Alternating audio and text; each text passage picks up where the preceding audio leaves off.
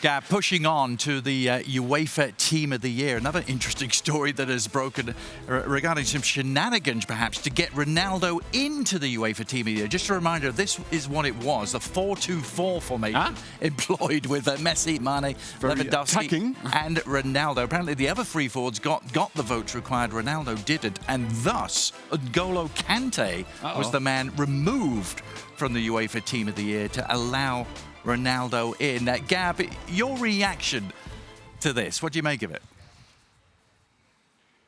Well, look, I think it's absolutely silly. It's not a good look for anybody.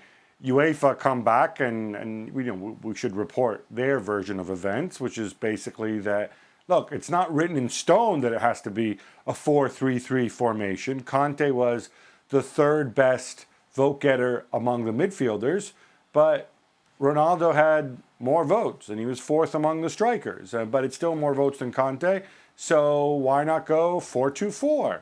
And that way everybody's happy, especially Cristiano. I think it's silly personally, and but this obviously matters a lot to certain people. Well, what I would say is, big picture, it doesn't really matter.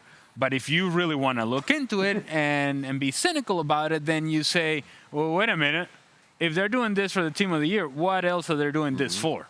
And so now you've opened yourself to questioning that, quite honest, you didn't need or require. So are we suggesting that Messi and Mane won't be tracking the wingers back defensively?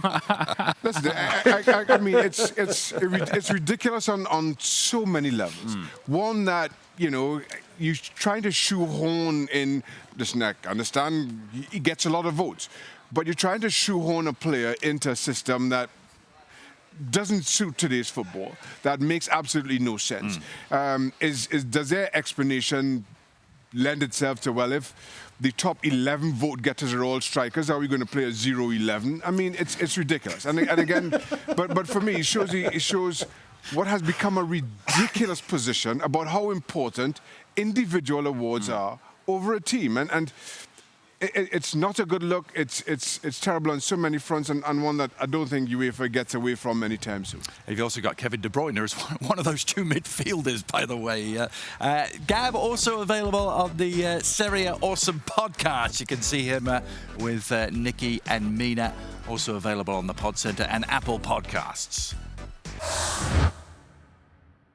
Well, thank you very much for watching ESPN on YouTube. For more sports highlights and analysis, be sure to download the ESPN app. And for live streaming, premium content, and let's not forget as well, ESPN FC 7 days a week. Subscribe to ESPN Plus.